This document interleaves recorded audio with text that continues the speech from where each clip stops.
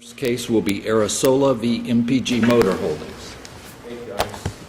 Good morning. May it please the Court. Andrew Bernhard on behalf of the appellants Jose and Vanessa Arasola. We'd like to reserve 2 minutes for rebuttal, if possible. I believe the agreed standard of review in this case is de novo. We're challenging a order from the trial court sending this case to arbitration. Your Honors, we gave several reasons. We've challenged the order of complaint arbitration on all of the cipher grounds and I think the extra cipher grounds being unconscionability. We've challenged on all of the grounds, but I'd like to focus first on unconscionability because I think it's the thing that the court below addressed the least. I also think it's the thing that has the least resistance to overturn the order below. Unconscionability, as you know, Your Honors, requires us to show both substantive unconscionability and procedural unconscionability. I think in this case we have a great deal of both of these elements. Regarding procedural unconscionability, Your Honor, we're supposed to look at exactly how this arbitration agreement was entered and whether or not the means that it was entered or negotiated show a disparity in bargaining power and show that one side that was a more sophisticated side somehow took advantage of the other side. Do you have to show a specific fraudulent or misrepresentation regarding the arbitration clause itself as opposed to the agreement as a whole? I think what Your Honor is probably getting at is the Buckeye-Cardania rule, which stems back to the Prima Paint idea. And I do think that we should challenge the arbitration agreement itself. I think this case is interesting because this buyer's order that we're challenging, which is appellate appendix 18. We had to ask you for a clearer copy of. Right. And I'm glad Your Honor did because we had the same issue, and when we got that clear copy at last, we saw even more, I think, substantively unconscionable terms. But I think what's interesting about this buyer's order is that it pretty much is a vehicle for exculpatory clauses and arbitration clauses with very little else except for, I guess, a price term. So in this case, and I think one of the cases after Buckeye addressed the same thing in Florida, we are specifically addressing the arbitration agreement as we're supposed to under Cardania, but really by addressing this buyer's order at all, we have to address those arbitration provisions. And that's because, if Your Honors look through this buyer's order, the arbitration provisions really are throughout. So there's some of these provisions up in the front where it references loosely and slightly, and I think in one sentence arbitration, but it adds exculpatory clauses that would apply to that arbitration. So you'll see in the front on the clear copy that was provided recently, these clauses pretty much remove any damages whatsoever that the Arasolas could bring against Kendall Mitsubishi, at least any that are foreseeable given the nature of this situation. So you see a waiver of use damages, incidentals. I know it's hard to see, Your Honors, but I'm reading along with you. Any damages to property, damages from loss of use, loss of time, loss of profits, loss of income, any incidentals, pretty much anything. Anything that's foreseeable that the Arasolas would lose is waived here, and that applies to arbitration, so I think that's part of it. If you look also on the back section F, called dealer's recourse, and again, I'm addressing this also because it goes to substantive unconscionability. If you look at dealer's recourse, which isn't listed in the front, and it certainly isn't initialed in the back, dealer's recourse does the opposite of what the front end does. While the front end removes all of the Arasolas' ability to claim damages or pursue damages, which would be in arbitration or court, the dealer's recourse section does the opposite for Kendall Mitsubishi. It provides Kendall Mitsubishi with pretty much any damages it could ever foreseeably want. What paragraph is that? I'm under paragraph F, Your Honor. It's the bottom left-hand corner on the back side. Thank you, I see it. Which is applicable in the event that the customer breaches the agreement. It's applicable if Kendall Mitsubishi thinks that the customer breaches, because what a lot of these are self-help remedies, which Kendall Mitsubishi has explicitly kept for itself, while removing any of those type of remedies for the Arasolas. Obviously, I'm not sure what the Arasolas as a consumer would do for self-help. Yeah, I'm not sure what the counterpart to repo is. There wouldn't really be any, but they definitely preserve those rights here in dealer recourse. But what the dealer recourse section also does is it adds what look like sort of penalty clauses a per-day charge for holding a vehicle, then there's a per-mileage charge, and it also adds in all the damages that were just removed for the Arasolas, adds them on in favor of Kendo Mitsubishi. So when you look at this clause, you'll see that Kendo Mitsubishi can, unlike the Arasolas, pursue damages for damage to property, use, wear and tear, any incidentals, including restocking fees, administrative costs. So pretty much everything that the Arasolas cannot pursue,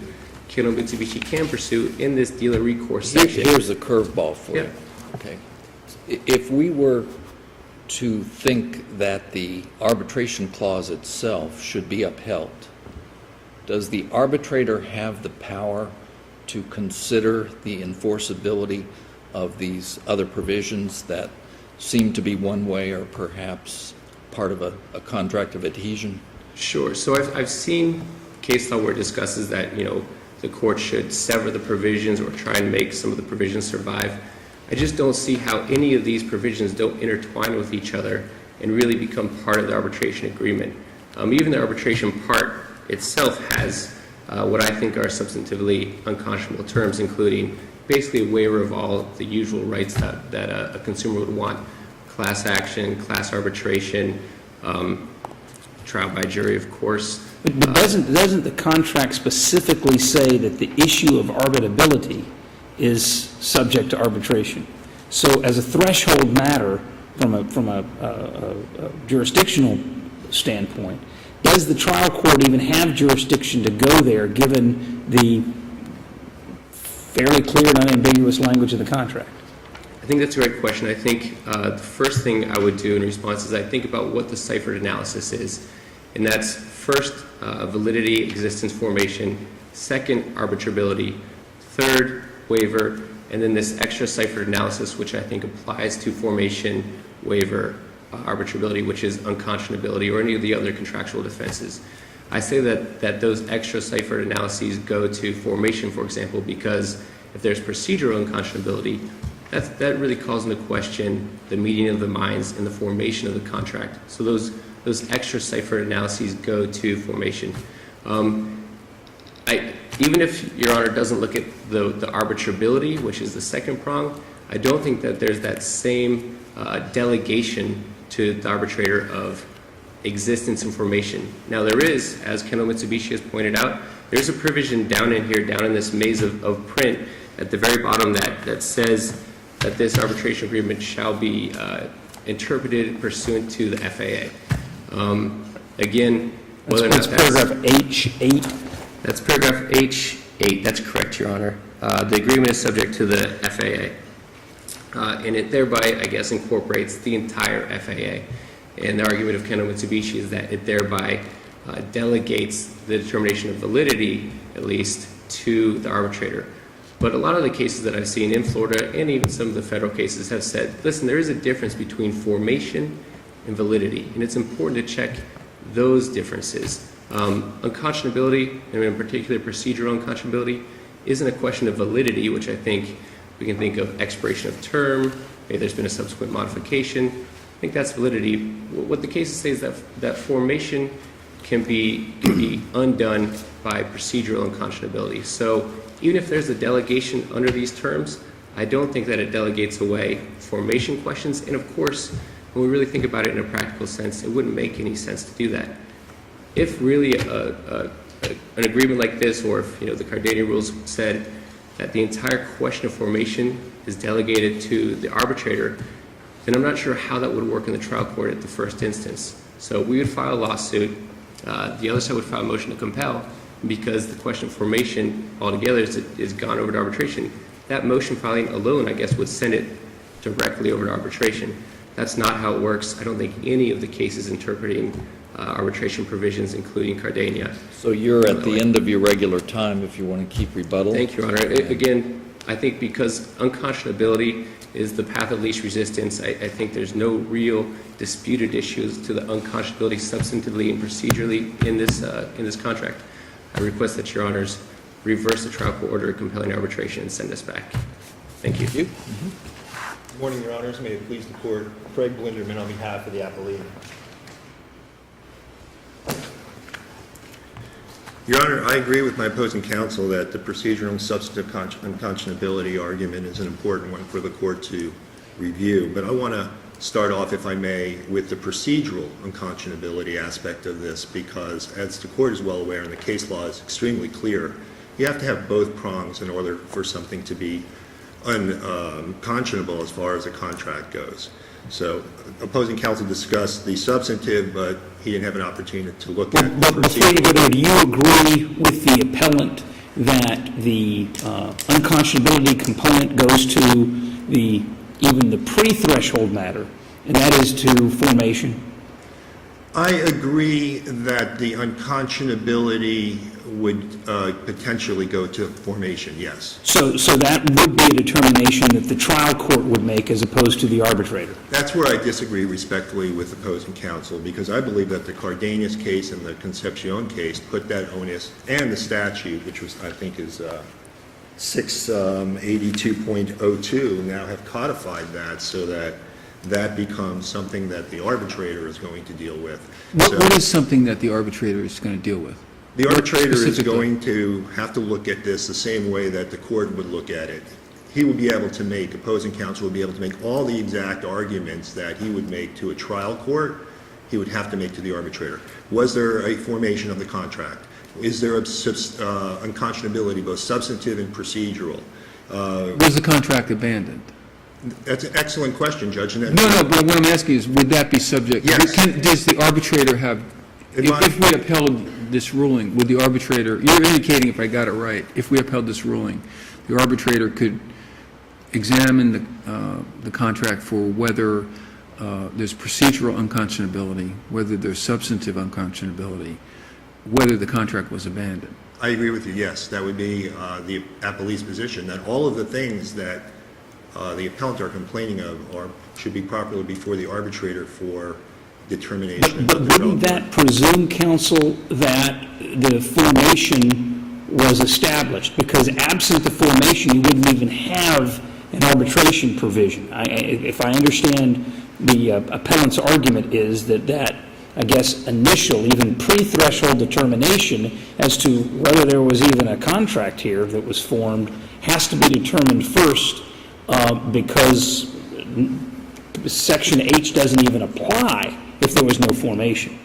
Well, Your Honor, the way the appellee views this is that pursuant to the codification of 682.02 and 682.04, it discusses whether or not the arbitrator can decide whether a condition preceding to arbitrability has been fulfilled and whether the contract containing a valid agreement is enforceable, but also discusses in 682.04 that the validity of the contract, and I would assume, again, that the validity of the contract could possibly fall under the umbrella of formation. Where is that in 682.014? That is in,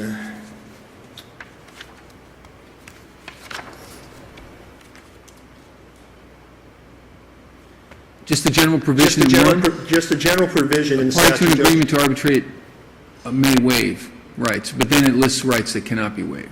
That is This is correct. not one of the rights that cannot be waived. Correct, this is not one of the rights, exactly. And if you go back to the formation of this agreement, you look at the terms and conditions of the arbitration provision itself.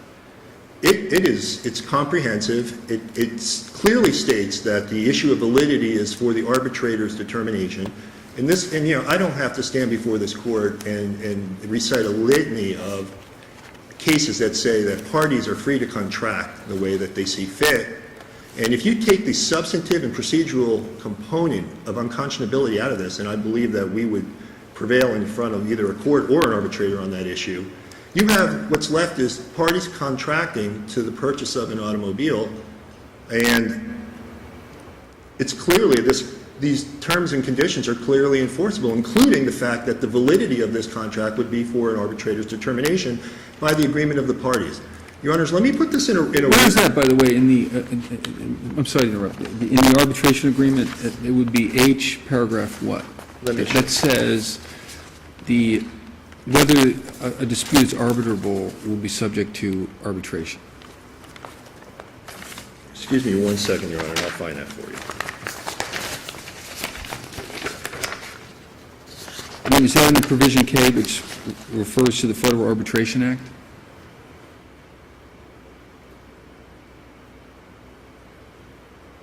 It's paragraph H in its entirety says, "The parties agree to submit to the binding arbitration as set forth in paragraph H on the," No, are you reading from the front page or the second page? I'm sorry, my mistake. I'm looking for it in the reverse page and under H.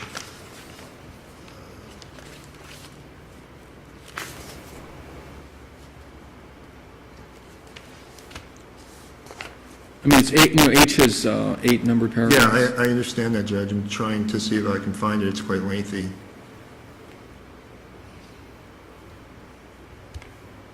Well, that's all right. If you're having trouble finding it, probably the consumer found it and read it. I'm kidding. But, Well, Your Honor, with all due respect, the consumer had presumably a significant period of time to review this document. There's been no evidence, by the way, of the affidavits of Mr. Arizola or Mr. okay, but let me Thurman. just, offhand, can you find that provision that says that whether an issue is arbitrable will be submitted to the arbitrator to decide? It's not a trick question. I was just. No, I understand that, Judge, and I, as an officer of the court, I read this in my before putting that in All my right, well, brief. look, you know what, go ahead, it's probably in your brief. I will find it, Judge. I don't want to take up all your time in one question. Maybe you could just In any event, submit it Judge- to us after the hearing. Yes, I would, I'd be able to supplement that, but I'm representing that particular provision is in the contract. Okay. With that being said, Judge, if you get back, Your Honors, if you get back to the specific contract which was agreed to, and then you go to the procedural aspect of this, the Arizolas had indicated in an affidavit that they submitted in opposition to the motion to compel arbitration that they had an 11th grade education, they were provided the documents, they chose not to read the documents, and that's right in the affidavit. But what there isn't is any evidence whatsoever that they were coerced into signing the document, that someone held the document away from them and didn't give them an opportunity to review the document. In fact, what I can tell you is that their signature specifically on the retail buyer's order says that they acknowledge that they read the front and back of the On the front document. page of the document, in large type, there's a reference to arbitration and limitation acknowledgements, a few sentences, and that's signed by both of the consumers. Yes, sir. That's And that correct. refers them to the back page. That is correct. And also indicates that they agree that they read the front and back of the document, which is where H is in the back of the retail buyer's order. Would you spend just a moment addressing abandonment or possibly even rescission? The idea that as this unfolded, the parties really both stepped away from it, that the car was returned and so forth. We would argue, Your Honor, that what happened here was a condition of the contract did not go through, therefore the actual contract wasn't fulfilled. We don't look at this as an abandonment, Your Honor, and what I would do is give you a real-world view into the purchase of an automobile. In this specific case, there was what was called a bailment or spot delivery. The Arizolas took this vehicle off the lot for 1 week, and they presumably drove it while they were attempted to be financed through a contingency. While Mitsubishi submitted fraudulent documents. Right. However, Judge, for purposes of the arbitration, what we're looking at is specifically the terms and conditions of the actual agreement itself. But in real terms, assuming that this all is true, that there was a fraudulent use of their financial information, that obvious contingency did not occur, the Arizolas bring the car back, and I'm not saying this happened, but for the sake of an argument, this vehicle has 3,500 miles, 3,500 miles on it. They drove all over the country on a week thinking that they owned the car. And in the provision of the buyer's order and in the other collateral documents that become part of this purchase agreement, it specifically says that if you have to bring the car back because the contingency wasn't fulfilled, we would have the opportunity to charge you X, Y, and Z for loss of use, for the sake of an argument. Now, does my client, because the fact that the contingency didn't go through, have no recourse and the Arizona's get the windfall Fair of enough, being able to but- drive the vehicle for a week. Well, that is an example of where, the contract would continue even though the car is returned, because one of the conditions preceding to them taking final ownership of the car was not met. Exactly. This seems to be slightly different in that, my understanding is one of the allegations are this contract was rescinded, taken back, the car was returned, because of the conduct of Mitsubishi in submitting allegedly a false W-2s and what have you. of the Correct, but those consumer. are just allegations at this point in the proceedings. By the way, I saw some reference to Mitsubishi writing an apology. Are those allegations being challenged? I'm going to be challenging once we are determined to go to the appropriate forum, absolutely. Okay, In fact, thank the you. letter that's before the court isn't even signed. Okay. So, again, we're taking the four corners of the complaint where they didn't even attack the provision of the arbitration provision at all. They made no reference to it at all until a motion to compel arbitration was brought before the court. So I think what they're arguing is that the entire contract itself was abandoned. And what we are saying is that, well, it wasn't fulfilled, but it certainly wasn't abandoned, because we still have rights. Even though we didn't bring a claim against them at that time, we reserve the right to be able to exercise contractual provisions that were agreed upon by the parties to protect our rights if we're going to be sued, either counterclaiming for certain violations within the contract or such. So you're at the end of your time, and if you'll summarize the relief you'd like. In summary, Judge, I think based on the statutes that I cited briefly, the Cardenas case, and this is all contained in my brief, I would respectfully ask the court to uphold the trial judge's ruling that he had all the information necessary to make a determination that this particular dispute is subject to arbitration. Thank you. Rebuttal? Counsel, if you could start by addressing this issue, and to follow up on Judge Logue's question, I think the language in question is in the very first part of Section H, before you get to the subparts of Section H, where it actually, it specifically says that the validity of the provision shall be subject or submitted to final and binding arbitration. That's in the prefatory part of Section H. If what your argument is, if I understand it correctly, is that the unconscionability of the agreement, both procedurally and substantively, does not go to the validity or the enforceability of the agreement, but rather to the formation of the agreement. That's correct, Your Honor. And what's your best case for that proposition?